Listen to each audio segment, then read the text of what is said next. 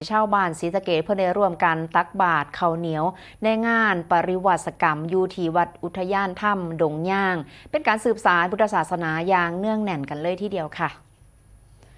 โดยนายสุริยาบุตรจินดารองผู้ว่าราชการจังหวัดศรีสะเกษเป็นประธานในพิธีทำบุญตักบาตรข้าวเหนียวในงานปริวาสกรรมซึ่งกระจัดขึ้นระหว่าง12 หอด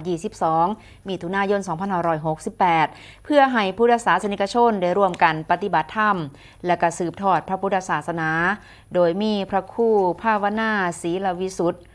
เป็นเจ้าอาวาสวัดอุทยานถ้ำดงย่างร่องเจ้าคณะอำเภอศิลาลาดเป็นผู้นำคณะสงฆ์ออกรับบิณฑบาตจากประชาชนที่เดินทางมารวมงานเป็นจำนวนมากบรรยากาศก็เป็นไปด้วยความสงบเรียบร้อยและก็ศรัทธาในพระพุทธศาสนาโดยกิจกรรมปริวาสกรรมในเทื่อนี้ยังเปิดโอกาสให้พุทธศาสนิกชนได้มีส่วนร่วมในการสวดมนต์เจริญจิตภาวนา